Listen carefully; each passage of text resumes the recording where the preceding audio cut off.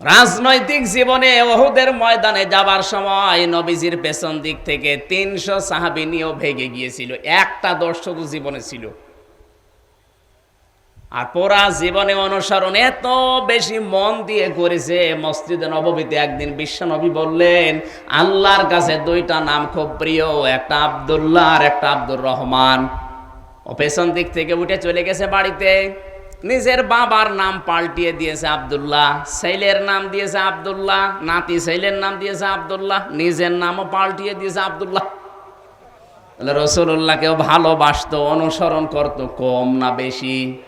অনেক বেশি করত। কিন্তু ওর অনুসরণ ছিল পূর্ণাঙ্গ না আংশিক। এই জন্য মারা যাওয়ার পরে ওর ছেলে আব্দুল্লাহ এসে যখন বলতেছে, হে রাসূল, আমার বাবা মারা গেছে, নবীজির সঙ্গে সঙ্গে দাঁড়িয়ে গেলেন, নিজের চাদরটা দিয়ে দিলেন, বলেন এটা কাফন বানাও। আল্লাহর নবী 22 জন সাহাবী নিয়ে বললেন, চলো আমি জানাজা পড়তে যাব। একজন মানুষ ওঠে না, দাঁড়ায়ও না, তিনি রাসূলুল্লাহর চাদর টেনে ধরলেন। নবীজি বললেন, ওমর, আমারে জামা বা চাদর ছেড়ে দাও, মহান আল্লাহ আমারে এখনো নিষেধ করে নাই, আমি জানাজা পড়ব। চলে গেলেন, জানাজায় কাতার সোজা হয়ে গেছে। বিশ্ব নবী ইমামতি করার জন্য আল্লাহু আকবার বলবেন, জিবরাইল ফেরেশতা কানের কাছে এসে বলেন, ইস্তাগফির লাহুম আও লা তাস্তাগফির লাহুম, ইন তাস্তাগফির লাহুম 70 মাররাতান। সূরা তাওবা 10 নম্বর পারা 19 নম্বর পৃষ্ঠার প্রথম নম্বর লাইনের 80 নম্বর আয়াতের প্রথম অংশে আছে। নাকি আরো দলিল দেওয়া লাগবে? আল্লাহ তাআলা বলেন, হে নবী, আপনি যদি এর জন্য মাপ চান আর মাপ না চান সমান হবে। অর্থ ঠিক আছে? না না, ঠিক নেই। এখানে আলেম যারা বসে আছে কি ঘুমাচ্ছে? তা আমি তো ভুল বললাম, আপনি তো ভুল ধরে দেবেন। আল্লাহ তাআলা বলেন, হে নবী, আপনি এর জন্য মাপ চান আর না চান সমান হবে। ঠিক আছে? না, ঠিক নেই। ইস্তাগফির লাহুম আছে, হোম 1 বছর না বহু বছর? এটা যদি শুধু আব্দুল্লাহ ইবনে উবাইয়ের জন্য নাযিল হতো তাহলে আয়াত আল্লাহর কসম আমি এখানে বলতাম না। এই হোম দিয়ে আমরাও ঝামেলায় আছি। শুধু না, এর মতো যারা দুনিয়ায় মারা যাবে তাদের জন্য যদি আপনি ক্ষমা চান আর না চান, কাকে বলছে? রাসূলুল্লাহকে। কাকে? এমনকি এর জন্য যদি আপনি 70 বারও ক্ষমা চান, আল্লাহ ক্ষমা করবে না। ফিজিলালিল কোরআনে তাফসিরে কুতুব সাইয়্যিদ কুতুব লিখেছেন, মাররাতান পর্যন্ত নাজিল করার পরে জিবরাইল থেমে গেছে, আর কথা বলে না। নবীজি বলেন, আল্লাহ পাক যখন 70 বার ক্ষমা চাইলে ক্ষমা করবে না বলেছে, আমি এই লোকটার জন্য দরকার হয় 71 বার ক্ষমা চাবো। আল্লাহ যেহেতু 70 বারের কথা দিয়েছে, আমি 71 বার ক্ষমা চাবো। কোন নবী বলছে যে নবী জীবনে কোনোদিন হাত তোলা লাগে নাই, মনের ভেতরে কামনা আসলে কবুল হয়ে গেছে? এত বড় পাওয়ার আল্লাহ তাকে দিয়েছিলেন, এখান থেকে শুধু আঙ্গুল ইশারা দিয়েছে, চাঁদ পর্যন্ত 2 টুকরা হয়ে গেছে। আল্লাহ তার নামে দিয়েছেন সারে, তিনি শরীয়ত প্রণেতা, হ্যাঁ বললে হালাল, না বললে হারাম। এত বড় পাওয়ার ছিল তার। দুনিয়া থেকে যদি পা তুলতেন আরো সে চলে যেত। আর এই নবী 70 বার না বলছে আমি 71 বার ক্ষমা চাবো। আল্লাহ তো আর 71 বারের কথা বলে নাই। সঙ্গে সঙ্গে জিবরাইল পরবর্তী অংশটুকু নাজিল করে দিলেন, ফালাইয়াগফিরাল্লাহু লাহুম। জমির দিয়েছে বহু বছর। হে নবী, শুধু এর জন্য না, এরকম ধরনের যত মানুষ দুনিয়া থেকে বিদায় নেবে এদের জন্য যদি আপনি 70, 71 না, কিয়ামত পর্যন্ত ক্ষমা চান। এখানে এক ফিরের আগে লান আসে, এর আগে ফা আছে। মজারের আগে লান আসলে অর্থ হয় কোশ্চিন কালেও হবে না। গ্যারান্টি দিয়ে বলছে কে? যিনি দোয়া কবুল করবেন তিনি যদি বলেন এর জন্য 71 বার না, কিয়ামত পর্যন্ত আপনি নবী দোয়া করলেও কবুল হবে না। সেখানে আমির হামজার কোন সিন আছে? কার ভরসায় বসে আছেন আপনি? এই লোকটার অনুসরণ ছিল না তা না, ছিল, কিন্তু কি এক কথা বলেন না কেন? আজও যদি আমাদের অনুসরণ এরকম আংশিক হয়, আর আমার জন্য যদি পুরা গাজীপুরের হুজুররা মিলে দোয়া করে, কবুল হয়ে তো বসে আছে। যেহেতু এখানে আল্লাহ কানা দিয়ে হোম দিয়েছে, এই জায়গায় তো ঝামেলা। খুব গুরুত্বপূর্ণ কথা বলছি, ভালো করে খেয়াল করে মিলান। আপনার কবরে কেউ যাবে না, আপনাকে যাওয়া লাগবে। এতটুকু বলে যদি আল্লাহ বক্তব্য বন্ধ করে দিতেন, তারপরও আল্লাহর কসম করে বলছে, আমি আয়াত পড়তাম না। এর 3টা আয়াত পরে কথা আরো কঠিন। আল্লাহ তাআলা বলেন, ওয়ালা তুসাল্লি আলা আহাদিম মিনহুম মাতা আবাদা ওয়ালা তাকুম আলা কবরি ইন্নাহুম কাফারু বিল্লাহি ওয়া রাসূলিহি ওয়া মাতু ওয়া হুম ফাসিকুন। হে নবী, এর জানাজা তো দূরের কথা, এর কবরের পাশেও আপনি দাঁড়াবেন না। এর না এদের? ওয়ালা তুসাল্লি আলা আহাদিম মিনহুম, জমির বহুবচন। তাহলে এইরকম চরিত্রের মানুষ দুনিয়া থেকে যারা বিদায় নেবে, এদের জন্য যদি আপনি নামাজ পড়া দূরের কথা, ওর কবরের পাশ দিয়েও আপনি যাবেন না। আর এরকম টাটকা মুনাফিক বাংলাদেশে মরে যায়, কবর জিয়ারতের জন্য ভিড় জমে যায়। এগুলো সব ভুয়া, সব সিটারি বাটপারি ছাড়া কিচ্ছু না। এগুলো বন্ধ করা দরকার। আপনি বেকার ধোঁকা দিয়ে বোকা বানিয়ে লোকটাকে আরো জাহান্নামে পাঠাচ্ছেন। আগে যদি সতর্ক করে দিতেন যে এই করলে কিন্তু আপনার খবর আছে, নবীর জামানায়ও লোকটা ক্ষমা পায়নি। অন্তত সময় থাকতে পরিবর্তন হওয়ার চেষ্টা করত। আর আপনি যা করে দিচ্ছেন ওইভাবেই যাওয়ার জন্য আর প্রস্তুতি নিচ্ছে। কথা বলেন ঠিক কিনা? এই জন্য আমাদের অনুসরণ করা দরকার আংশিক না পূর্ণাঙ্গ? পূর্ণাঙ্গ অনুসরণ দরকার। পূর্ণাঙ্গ অনুসরণ যদি কেউ করে, আল্লাহ তাআলা বলেন, ইউহিব্বুকুমুল্লাহ, আমি আল্লাহ নিজে তাকে ভালোবাসা আরম্ভ করেছি না করব? বলেন, আল্লাহ যদি কাউকে ভালোবাসা আরম্ভ করে, তার নিদর্শন হচ্ছে 7টা। কয়টা? না, আপনারা কষ্ট পেয়ে যাচ্ছেন বেশি। এই যে ওঠাউঠি করছে কারা? শেষ করে দেব? অন্তত এই পয়েন্টগুলো শোনেন। 1 নম্বরে কোরআনে কারীম জানিয়েছে, কাউকে যদি আল্লাহ ভালোবাসে, তার নিদর্শন হচ্ছে অন্যতম এই, আল্লাহ পাক তাকে সাধারণভাবে মরণ দেবে না, তাকে মরণ দিলে শাহাদতের মরণ দিয়ে ধন্য করবে।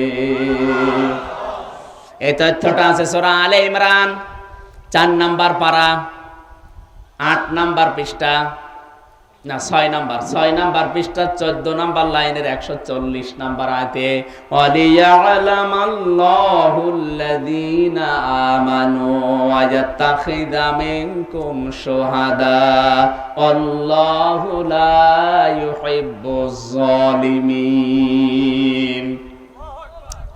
আল্লাহ পাক বলেন, আমার যার ঈমান আর আমল পছন্দ হয়, ঈমান এবং অ্যাক্টিভিটিস, তার কাজ কারবার, তার প্র্যাকটিক্যাল লাইফটা আমি আল্লাহর ভালো লাগে, ওকে আমি সাধারণভাবে মরণ দেই না, ওকে আমি আল্লাহ শাহাদতের মরণ দিয়ে ধন্য করি।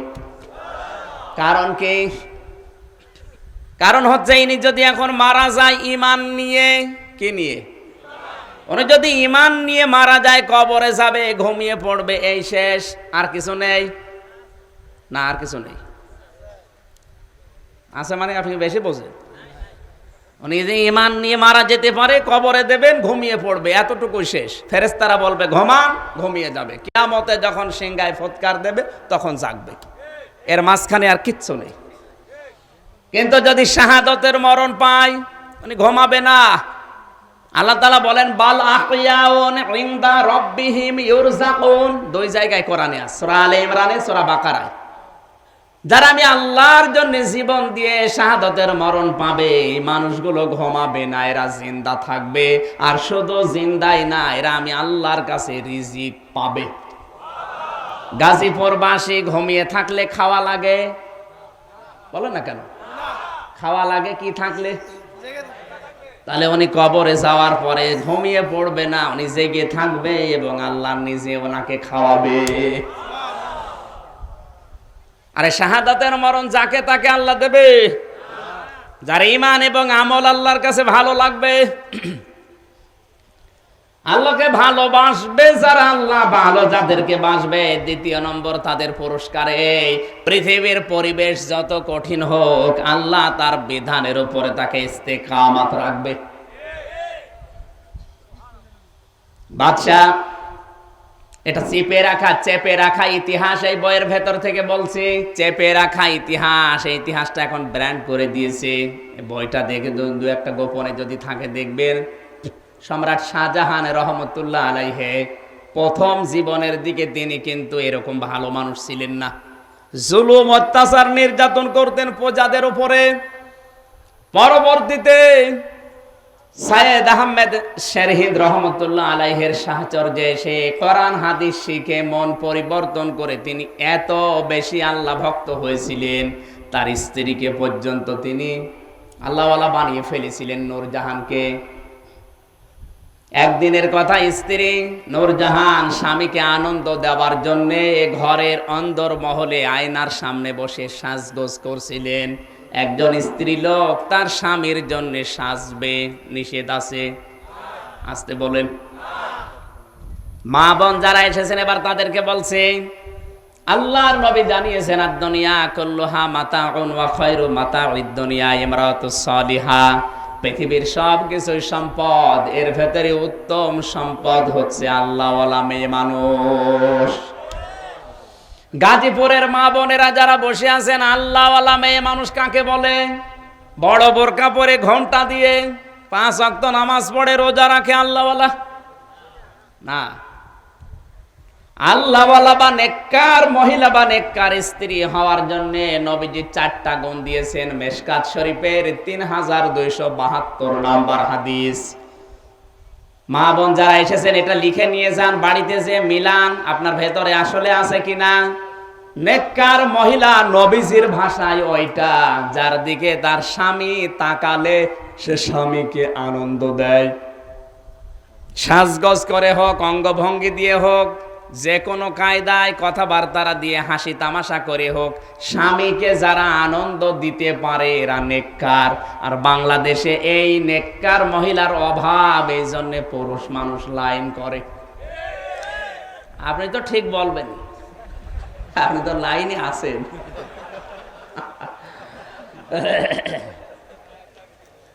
না, সম্মানিত মা বোনেরা, আপনাকে আল্লাহ যা দিয়েছে আপনার স্বামীকে কন্ট্রোল করা সম্ভব। স্বামীর জন্য এটা উজাড় করে দেন না, এই জন্য তো পরকীয়া প্রেম করে। এ কথার সাথে আপনি একমত আছেন না? জোরে বলেন, আমাদের পক্ষে বলছি তো।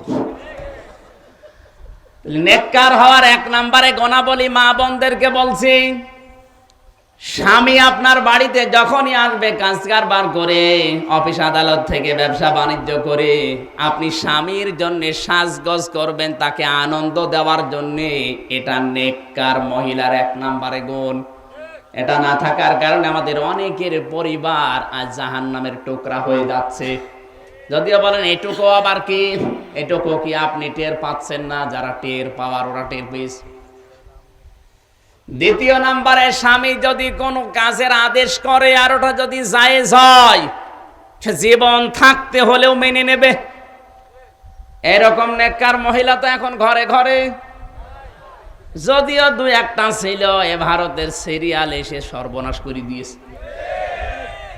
ওগুলো বসে বসে দেখে আর ওদের মতো চরিত্র বানায়। ওদের যেমন স্বামীর সাথে মিল নেই, স্বামীর কথা মানার কোনো তোয়াক্কা নেই, ঠিক ওই সিরিয়াল দেখি ওইটাই করছে। সবচাইতে বেশি ক্ষতি হয়েছিল তুমি আসবে বলে কি, এই যে রাহুল আর নন্দিনী, মনে করছেন হুজুর কিছু জানে না, সব আমার আয়ত্তে আছে। এই রাহুল আর নন্দিনীর ভেতরে মিল আছে। ওর স্বামীকে যেভাবে তোয়াক্কা করে না, অধিকাংশ মেয়েরা ওই চরিত্রটা নিজেদের ভেতরে আজ নিয়েছে। একে নেককার মহিলার গুণাবলী। মা বোনেরা যারা এসেছেন, আপনার সবচাইতে বড় পীর বিয়ের পরে আপনার স্বামী। এমনকি স্বামীর আদেশ ছাড়া কেউ মারা গেলে সেখানে বাবার বাড়ি দেখতে যাওয়া জায়েজ নেই। আর মারা যাওয়া না, হুকুম করুক আর না করুক, আগে দৌড় দেয়। তৃতীয় নম্বরে গুণাবলীর ভেতরে বেশি, আল্লাহর নবী বলেন নেককার মহিলা ওইটা স্বামী যে পুরুষকে পছন্দ করে না এরকম কোন মানুষকে সে ঘরের ভেতরে আসতে দেয় না। অথচ অনেক মহিলা শুধু স্বামী বাইরে যেতে দেরি, বাকি যা আল্লাহ ভালো জানে। 4 নাম্বার গণাবলীর ভেতরে পেয়েছি, নবীজি বলেন ওইটা তো নেককার মহিলা, ওর জন্য জান্নাতের 8টা দরজা আল্লাহ খুলে রাখবে। প্রতিটি দরজা ওই মহিলাকে নিজের দিকে আহ্বান করবে। স্বামী যেটা পছন্দ করে ওই মহিলা ওইটা পছন্দ করে, যদি ওটা জায়েজ হয়। এখানে আমি নিজের স্বামী সহ যত স্বামী বসে আছে প্রত্যেকটা স্বামীর পক্ষ থেকে বলছি, প্রতিটি স্বামী আমরা চাই বিয়ের পরে আমার মা বাবা যেন আমার সাথে থাকে, কিন্তু অধিকাংশ বউ এটা চায় না। কার কার বউ চায় না হাত তোলেন তো, একজন শুধু। তাহলে এই ওয়াজ করি আর কি করবো, মোনাজাত করে দি। তা হাত তুলেছে মুরব্বী মানুষ, ও আবার আলাদা হবে কার সাথে? না, আমি হাসির খোরাকি দেই। সম্মানিত মা বোনেরা, বাংলাদেশে স্বামীরা তার শ্বশুর শাশুড়িকে যেই মন নিয়ে যেই নজরে দেখে, পুত্রবধূগুলো যদি শ্বশুর শাশুড়িকে ওই মন নিয়ে ওই নজরে দেখতো, তাহলে এই দেশে কোনো সন্তানের আলাদা হওয়া লাগতো না। বলেন, আপনি নিজের মা বাবা নিজের আত্মীয় স্বজনের প্রতি যেভাবে খেদমত দুর্বল যেভাবে খরচ করতে উদ্বুদ্ধ করেন স্বামীকে, স্বামীর মা বাবা তার আত্মীয় স্বজনের প্রতি যদি এরকম কিছু একটা করে দেখাতে পারতেন, স্বামীরও মন পেতেন, নেককার মহিলার তালিকায় থাকতে পারতেন। মেয়েরা আমাকে দেখতে পারে না শুধু এই কারণে, যা মিজানুর রহমান আজহার কি ভালোবাসে আমাদের, আর এই হুজুর শুধু আমাদেরকে নাড়ানাড়ি করে। তা আমি তো আপনাদের ভালোবাসি ওর চাইতে বেশি। আমি চাই যে আপনারা জান্নাতে যান। এই গুণগুলো আজ বাংলাদেশে দেখতে পাচ্ছি, এই জন্য বারবার বলা হয়। নবীজি যেহেতু নিজে মেয়েদেরকে ভালোবাসতেন, আমিও নবীজির ওই হাদিস মানি। এ পৃথিবীতে নবীজি বলেন আমার কাছে সবচাইতে প্রিয় 3টা জিনিস। 1 নম্বরে মেয়ে মানুষ, আল্লাহওয়ালা। কি? আর আল্লাহওয়ালা মেয়ে মানুষ হওয়ার জন্যই তো এই গুণ লাগবে। স্বামী যেটা পছন্দ করে ওটা যদি জায়েজ হয়, আপনার ক্ষতি হলেও ওইটাকে আপনার পছন্দ করা লাগবে। নাই শুধু নামাজ পড়ে রোজা রেখে কালো বোরকা পরে ঘুরঘুর করে ঘুরবেন আর মনে করবেন আমি নেককার, সম্ভব না। আমি তো নিজের স্বামী বলছি, আমার বাস্তব অভিজ্ঞতায় প্রতিটি স্বামী চাই বিয়ের পরে যেন আমার মা বাবা আমার সাথে থাকে। এরকম চাই না, কিন্তু অধিকাংশ স্ত্রী এটা চায় না। এই কারণেই বাধ্য হয়ে শেষ পর্যন্ত বৃদ্ধাশ্রমে পর্যন্ত রেখে আসি। গত বছরে রাঙ্গামাটিতে পেয়েছিলাম, কলেজের এক অধ্যাপক ওর মাকে রেখে এসেছে বৃদ্ধাশ্রমে। কর্তৃপক্ষ আমার বলছে হুজুর বৃদ্ধাশ্রম দেখবেন, যে দেখি ওর মা ওর হাত ধরে সকাল 8টা না 9টার দিকে কাঁদতেছে। কি কাঁদেন কেন? ছেলেকে বলছে বাবা আমি যখন মারা যাব তখন আমার মাথার উপরে এই ফ্যানটা তুই পাল্টিয়ে দিবি। ছেলে বলছে মা তুমি তো মারাই যাবে, তখন আবার ফ্যান কি হবে? মা বলে বাবা আজ প্রায় 3 মাস এখানে আমি আসি, এই ফ্যানটা ঘোরে না। আমি বারবার কর্তৃপক্ষকে বলেছিলাম কিন্তু ওরা আমার কথা শোনে না। আমি বাস্তবে 3 মাস এসে যা পেয়েছি, আমার মন ডেকে বলছে কিছুদিন পরে তোর সন্তান তোর এখানে রেখে যাবে, কিন্তু তোর তো ফ্যান ছাড়া ঘুম হয় না, ছোটবেলা থেকেই তোকে হাওয়া ছাড়া আমি ঘুমাতে পারিনি, সুতরাং তোর কষ্ট হবে। তোকে আগে থেকে আমি অভিজ্ঞতা জানালাম, ফ্যানটা তুই আমার মরণের পরেই পাল্টিয়ে দিবি, তোর কষ্ট কম হবে। এই অবস্থায় দেখলাম ওর হাতের ওপরে ওর মা মারা গেল। মায়ের পা জড়িয়ে হাও মাও করে কেঁদে বলছো হুজুর এই দোষ শুধু আমার একা না, এই দোষ আমার বউর। 3 মাস আগে আমার বউ আমাকে আদেশ দিয়েছে এই বুড়ি যদি বাড়ি থাকে আমি তোমার ভাত খাবো না। আমার 3টা ছেলে মেয়ে, তাদের মুখের দিকে তাকিয়ে আমি তালাকও দিতে পারি না, বাধ্য হয়ে আমার মাকে আজ এখানে রেখে গিয়েছিলাম। মা আজকে আমার মারা গেল, দুনিয়ায় এখন আমার নাম ধরে ডাকার মতো আর কেউ নেই। গাজীপুরবাসী, আমার তো মনে হচ্ছে শুধু কলেজের ওই অধ্যাপক না, এখানে অনেক মুরব্বী বসে আছে যারা তার সন্তানের কাছে আর পুত্রবধূর কাছে ওই রকমই। নাকি একটু বেশি বলে ফেললাম? সম্মানিত মা বোনেরা, না, আপনি নেককার হতে চাইলে এই যে 4টা গুণ বললাম, মিশকাত শরীফের 3272 নাম্বার হাদিস, যদি বিশ্বাস না হয় বাড়িতে যে মিলিয়ে দেখবেন আপনি আসলে নেককার কিনা। 1 নম্বরে গুণাবলীতে, না অনেকে ওঠাউঠি করছে, শেষ করে দিলাম, 1 ঘন্টা হয়ে গেছে তো, মানে এই জন্যে মেলা রাত হয়ে গেল তো, এখনো অনেকগুলো গোপন কথা ছিল। 7টা পয়েন্ট বলেছিলাম না, কেবল 2টা চলছে। সুবহানাল্লাহ আলহামদুলিল্লাহ লা ইলাহা ইল্লাল্লাহ, সুবহানাল্লাহ আলহামদুলিল্লাহ লা ইলাহা ইল্লাল্লাহ, লা ইলাহা ইল্লাল্লাহ মুহাম্মাদুর রাসূলুল্লাহ, আল্লাহুম্মা সাল্লি আলা।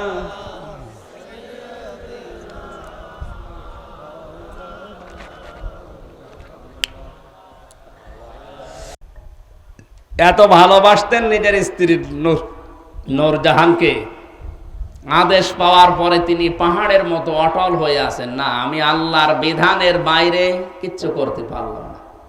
বারবার স্ত্রী বলছিলেন দেখেন কিছু করা যায় কিনা, শেষ পর্যন্ত বললেন না আমার কিচ্ছু করার নেই। আমি এ কথা পর্যন্ত আসলাম কেন? কোনো মানুষ যদি আল্লাহকে ভালোবাসিয়ে দাবি করে রসুলের অনুসরণ পূর্ণাঙ্গ করার মাধ্যমে আল্লাহ তাকে যে ভালোবাসে তার প্রমাণে 1 নম্বরে তাকে মরণ দিলে শাহাদতের মরণ দেয়, 2 নম্বরে তাকে আল্লাহ তার বিধানের উপরে টিকে থাকার জন্য শক্তি এবং সাহস ইস্তেকামাত আল্লাহ নিজে দান করে। এই লোকটার অনুসরণ আল্লাহর রসুলের হওয়ার কারণে আল্লাহ তাকে তার বিধানের উপরে টিকে থাকতে সাহায্য করেছিলেন, নিজের স্ত্রীকে পর্যন্ত হত্যার রায় দিয়ে দিলেন, যদিও পরবর্তীতে হত্যাটা করা লাগে না, কারণ কোরআনের বিধান হচ্ছে এই মৃত ব্যক্তির আত্মীয় স্বজন যদি দিয়ত নিয়ে মাফ করে দেয়, জরিমানা নিয়ে মাফ করে দেয়, তাহলে হত্যার বদলে আর হত্যা করা লাগে না। শেষ পর্যন্ত ওই পাগলের যারা আত্মীয় স্বজন ছিল টাকা পয়সা নিয়ে নূরজাহানকে মাফ করে দেয়। আমার এখানে শিক্ষা দেওয়ার বিষয়, আল্লাহর রসুলকে পূর্ণাঙ্গ অনুসরণ করলে আল্লাহ তাকে ভালোবাসে, ভালোবাসার অন্যতম নিদর্শনেই তাকে আল্লাহ তার বিধানের উপর টিকে থাকার ক্ষমতা দেয়। আল্লাহ রাব্বুল আলামিন বিশ্ব নবীকে এভাবে অনুসরণ করে এই যে পুরস্কারগুলো যেগুলো বলছিলাম এগুলো অর্জন করার তৌফিক আমাদেরকে যেন দান করেন, আমিন। বারাকাল্লাহু লানা ওয়া লাকুম ফিল কোরআনিল আযীম, আল্লাহুম্মা আমিন। মোনাজাতটা বসে করেন। রব্বানা যালামনা আনফুসানা ওয়া ইল্লাম তাগফির লানা ওয়া তারহামনা লানাকুনান্না মিনাল খাসিরিন। বসেন, মোনাজাতটা বসে করেন, বসেন। রব্বানা আতিনা ফিদ দুনিয়া হাসানা ওয়া ফিল আখিরাতি হাসানা ওয়া কিনা আযাবান নার ওয়া আদখিলনাল জান্নাতা মা'আল আবরার ইয়া আজিজ ইয়া গফফার ইয়া রাব্বাল আলামিন। আল্লাহ সারা জীবন অপরাধ করেছি, হাত উঠায় ক্ষমা চাবো, মাপ চাবো, লজ্জা করে, ভয় করে, পেছনের অপরাধের দিকে তাকালে জাহান্নাম ছাড়া কিচ্ছু দেখতে পাই না। আমাদের অপরাধের দিকে তাকিও না, তোমার রহমতের দিকে তাকাও, জিন্দেগির গুনাহগুলো মাফ করে দাও। আল্লাহ তাআলা এ মাহফিলের আয়োজন করতে গিয়ে তোমার যে যুবক বান্দাগুলো শ্রম দিয়েছে, আল্লাহ এদের শ্রমগুলো ওসমানের মতো কবুল করে নাও। মাহফিলের সম্মানিত সভাপতি যুবক মানুষ, আল্লাহ তুমি মামুন ভাইকে মঞ্জুর করো। আজকের মাহফিলের প্রধান অতিথি আমাদের অভিভাবক বড় ভাই এসএম আলমগীর হোসেন, আল্লাহ তাআলা আলমগীর হোসেনকে কবুল করে নাও। তার মা বাবাকে তুমি মাফ করে দাও, তার স্ত্রী পুত্র সন্তান আদি যেগুলো দিয়েছো মেহেরবানি করে এগুলোকে তুমি সহি সালামতে রাখো। যত অতিথিবৃন্দ এখানে এসেছে সম্মানিত মানুষদের সম্মান তুমি আরো বাড়িয়ে দাও। এই সম্মান টিকিয়ে রাখার জন্য যে কাজগুলো করা দরকার ওই কাজে আমাদেরকে ইনভলভ হওয়ার তৌফিক দাও। বিশ্বনবী মুহাম্মদুর রাসূলুল্লাহর উম্মত হওয়ার জন্য যে গুণগুলো দরকার আমাদের অর্জন করার সুযোগ দাও। আল্লাহ তাআলা আগামীকাল এখানে অনুষ্ঠান হবে। শ্রদ্ধাভাজন বড় ভাই ডক্টর মুফতি আবুল কালাম আজাদ বাসার ভাই আসবে, তাকে তুমি সহি সালামতে নিয়ে আসো। কোরআন হাদিসের সঠিক কথাগুলো বলার তৌফিক তাকে দিও। সম্মানিত মা বোনেরা, পর্দার আড়ালে বসে আছে, খাদিজার মতো আয়েশার মতো তাদেরকে বানিয়ে দাও। এই দেশে আমাদের জননী প্রধানমন্ত্রী শেখ হাসিনা থেকে শুরু করে যত মানুষ দায়িত্বে আছে, সততার সাথে দায়িত্ব পালন করার তৌফিক দাও রব্বুল আলামিন। আমাদের এই দেশটায় অনেকেই আমরা আতঙ্কে আছি, মেহেরবানি করে অবস্থা কাটিয়ে দাও। তোমার সালাম নামের খাতিরে তুমি আমাদেরকে শান্তির ফয়সালা করে দাও। করোনার মহামারীতে এই বাংলাদেশ সহ বিশ্বের মানুষ যারা বিদায় নিল, তাদেরকে শাহাদতের মরণ তুমি নসিব করো আল্লাহ। এখনো যারা অসুস্থ হয়ে পড়ে আছে, আমি নিজে সহ যারা অসুস্থ, শেফাই কামিলা আজেলা নসিব করে দাও।